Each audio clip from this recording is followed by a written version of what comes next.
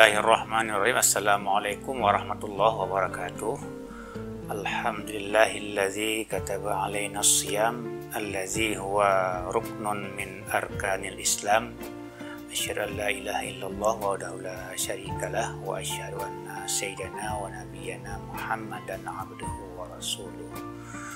Alhamdulillah kita masih diberikan kesehatan, kekuatan di bulan suci dan sangat mulia ini oleh Allah Subhanahu wa taala, Ramadan Karim.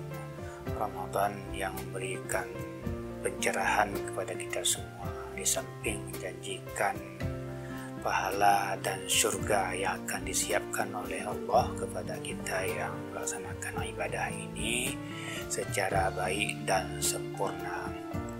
Ada hal yang perlu kita perhatikan di dalam beribadah kepada Allah Subhanahu wa taala.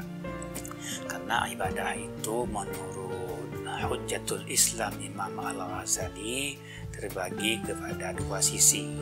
Yang pertama syatrul iktisab, artinya sisi pelaksanaan. Ketika kita melaksanakan perintah Allah itu sudah masuk pada sisi iktisab.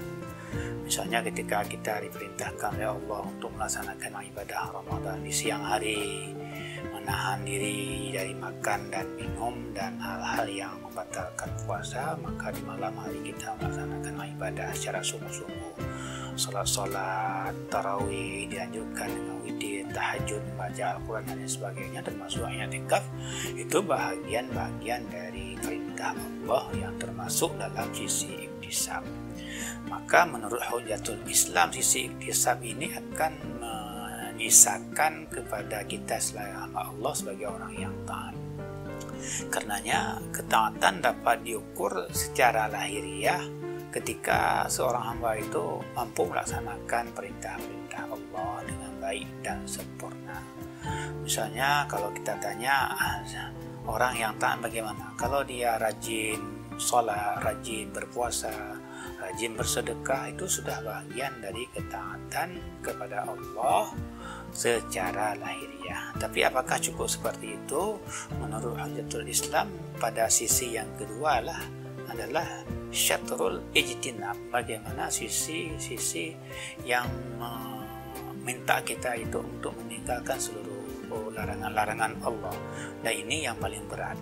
Karenanya dalam khazanah intelektualitas kita disebutkan bahwa syatrul ijtinab itu aqwa wa afdal min syatril iktisab. Jadi sisi yang kedua, bagaimana kita menjaga diri dari seluruh hal yang diharamkan oleh Allah, jauh lebih mulia dari sisi iktisab, hanya melaksanakan perintah-perintah Allah. Sebagai contoh, ketika kita melaksanakan ibadah Ramadan dengan baik, apakah kita mampu menjaga perilaku kita dalam keseharian? Ini bentuk-bentuk edukasi kita yang mengantarkan kita pada perubahan perilaku. Dan sesungguhnya makna dari edukasi atau pendidikan itu bagaimana kita sebagai hamba Allah mampu menjaga perilaku kita dengan baik. Jadi kalau baginda Rasulullah SAW diutus sebagai penyempurna dan terutama pada akhlak, wa istudi utamima makarimal akhlak, untuk menyempurna perilaku itu sesungguhnya inilah. Jadi kalau begitu hamba Allah yang baik dan sempurna yang diakui sebagai insan kamil kalau dia memiliki perubahan-perubahan pada perilakunya. Ini menjadi penting dalam rangka bagaimana kita mengisi ibadah Ramadan ini secara baik dan sempurna, yang akan nanti diberikan penghargaan prestasi oleh Allah dengan prestasi sebagai orang yang muttaqin. Muttaqin itu predikat atau status tertinggi yang diperoleh oleh seorang mukmin. Dari muslim, kemudian mukmin, kemudian muhsin, mukhlis, maka pada predikat yang kelima ini sesungguhnya predikat yang paling mulia. Jadi kalau Allah memberikan penghargaan yang besar, kan memang pencapaian terhadap predikat yang pada status atau kelima ini memang sangat berat.